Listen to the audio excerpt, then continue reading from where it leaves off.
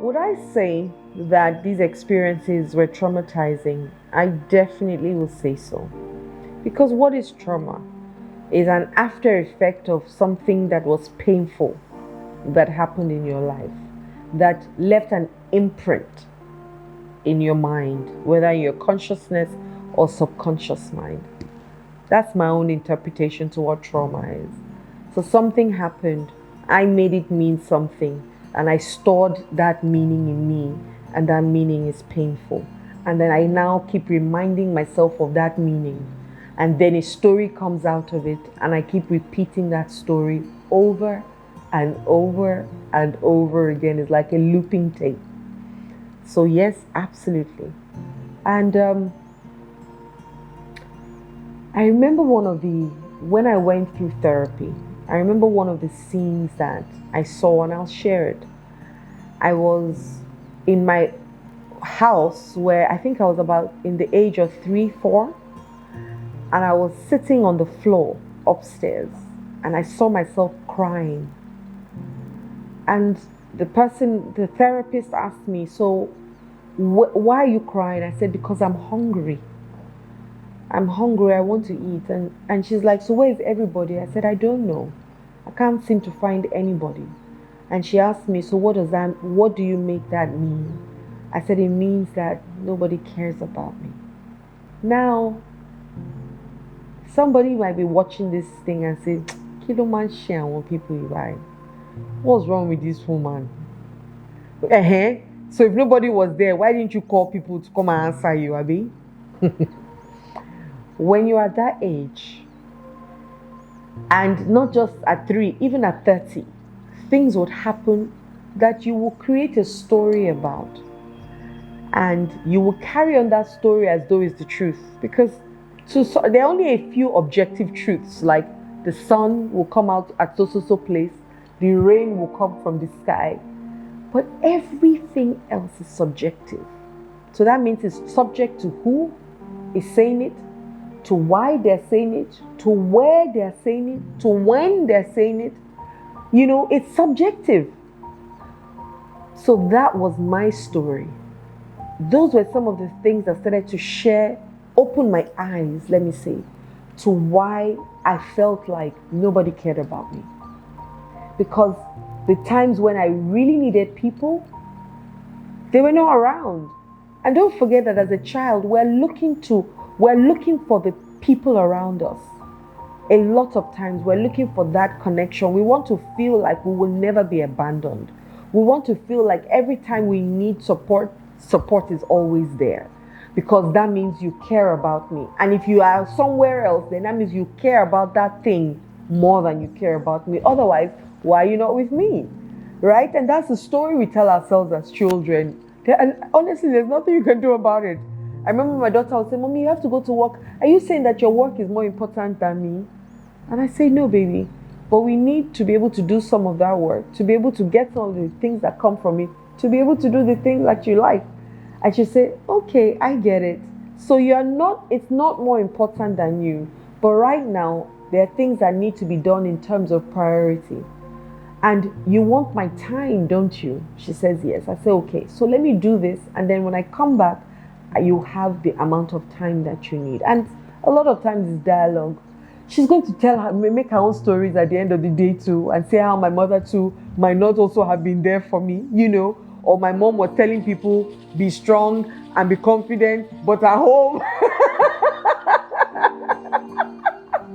I don't know what story she's going to come up with. But I sure know that she will come up with her stories. And I'm okay with it. I'm okay with the fact that she will have some great stories that she did with her mom. And I'm also okay with the fact that she will have some stories that didn't go well, based on her. But as a child, that's what that did for me. And on top of the fact that now my mom is busy out consistently, my dad is also busy out consistently. The only times we really had fun was when my uncle would come with the kids from Kaduna, And we now had other kids. In fact, we used to cry when we were leaving each other. We're like, it's like life is about to end. Don't take the only fun we have away from us. Well, there were four, so it was 8 of us, 7 girls and 1 boy. So my brother was the only boy in our midst, right? And so we'd have a lot of fun together because we did things together. But once they go back, everybody's back to their normal life again, and everybody's out of the house and busy. So trauma, yes, because I was beaten a lot, darling.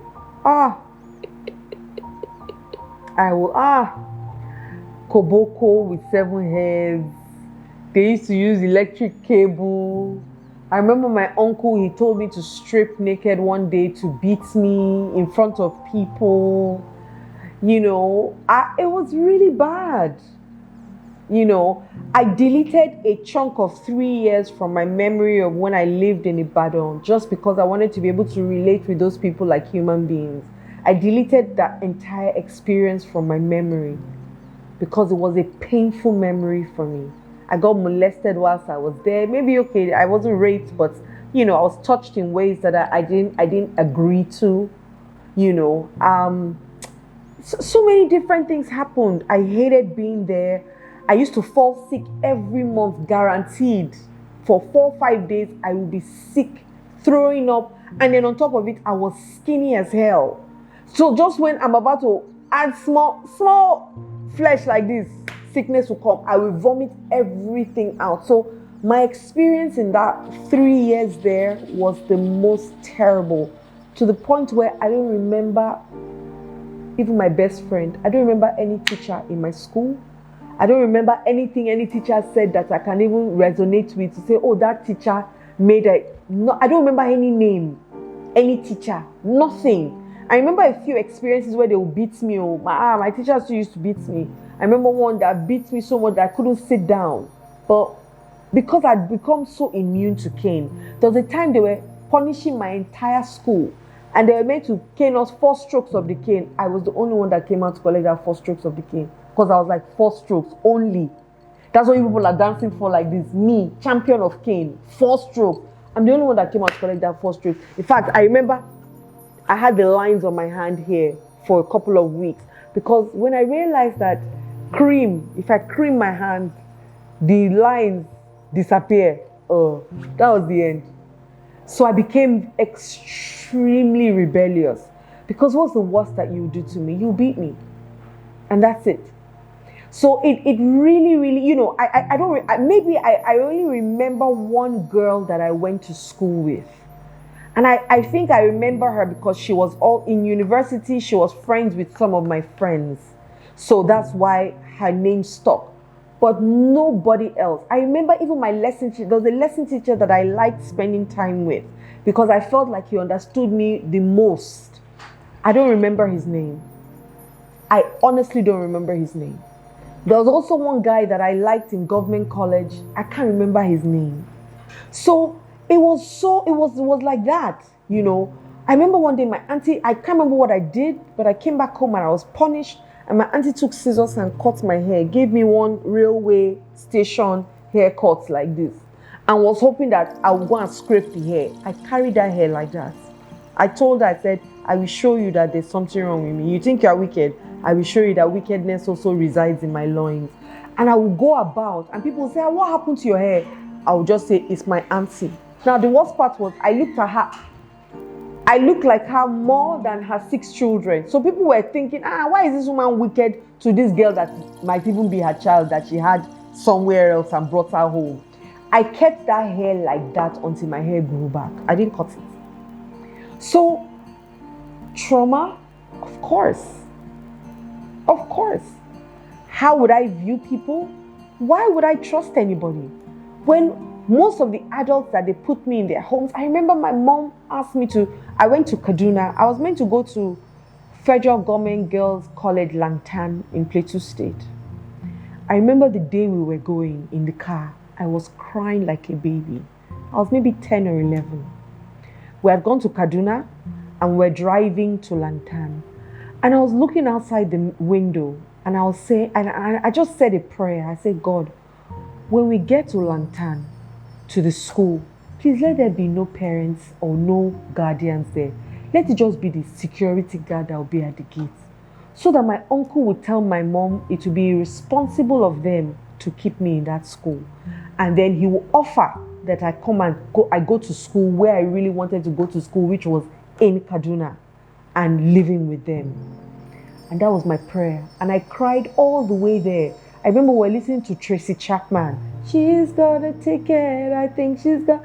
I was crying like, because my ticket was taking me to... I cried like a baby. So we got there, and exactly what I prayed for exactly happened. We got to the school. We were at the gate. The security man opened the gate. We drove in. We said, oh, is there anybody, maybe a prefect or a teacher handling the, we got there on the weekend. They said, there's nobody. The students were just walking up and down aimlessly. There was only the security guard. So some of the students were even outside the school. The students were aiming around. They even went out of the school. It was just the gate man, a malo for that matter. So my uncle looked at my mother and said, we can't leave Adeola here. I think we will go back. She can't stay. It will be responsible. The exact words that I prayed for was the words that came out of his mouth, to be honest. And we drove back to Kaduna, and he said, leave her here. She can go to school here. And so I joined my older sister in a school that I really, really wanted to go to. And I wanted to stay in Kaduna. My time in Kaduna wasn't that long either. I think by JS2, they whisked me back to Lagos because my aunt, at the time, God bless her soul, lied to my mom that she saw me playing with some guys in my cousin's house, and it wasn't the truth. And nobody asked me. Nobody called me to say, okay, so Adeola, what really happened? Is it true? They just believed my aunt. And the next thing I knew, I was on a plane back to Lagos. Imagine how I felt. So aside the fact that I can do no good, I can't even be in the place that I want to be. The adults around me are lying, So, it was back to back trauma for me, And that's how, that's how I just believe that human beings were not meant to be trusted. And I couldn't give my heart to people. So I hope that you are listening to my story closely and how some of the things happened to me as a child. And connecting it, I'm connecting the dots small by small for you to pick it, right? Is there a way in your life right now you're able to see that, okay, so maybe this thing that this woman said or this thing that man did to me, maybe I was molested as a child and that's why I feel the way I'm feeling right now. Maybe you're feeling ashamed of where you are at right now, or there's some level of guilt thinking that, oh, I gave my parents so much stress. They didn't deserve it, when everything is your fault and not their fault. Once again, the chances of the place that you're in today would have come from how you were raised as a child. And that's, I'm saying, between the ages of 0 and 18, because you are dependent at that time. You don't have your own space. You can't do whatever you want. You are dancing to the tune of your parents. And if your parents didn't get their needs met also as children, they're going to be using you to fulfill some of those needs. So if your mother cannot control your father, and your mother too was controlled, she will want to control you as well, tell you this is how you must do it, when you must do it, and all of that. I had a client who, her mother was jealous of the relationship she had with her father because she wanted to have that relationship with the man, but the man and her didn't have it. So she showed her child living hell just because her child was surrogate wife to her husband. Now the husband thought he was doing well for the child, right? Oh, I'm close to her. But she also made that child suffer as well, because now the emotional stability of that father was put upon this child. And the child had to meet his needs also. The needs that his wife should have met. Now, they might not have been sexual, but there was an intimacy. It's called inertia. It's called immersion, So they were immersed. with each other without knowing it. So the child is thinking, I need to help my father meet his needs. The father is thinking, oh, this child is helping me meet my needs. Then the mother is there looking, wondering, when will my own needs be met?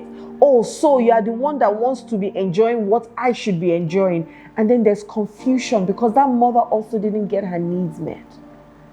If you find yourself in this place at all, where you feel a bit jealous of your child or your children, based on how they have relationships with your spouse, whether man or woman, if you find yourself in a place where you're lost and your confidence is, you're not very bold in saying the things that you really need, if you find yourself not trusting people, if you find yourself not being able to say no and create boundaries and have autonomy to the things that you want, especially as an adult, then listen a little bit more to my story, okay?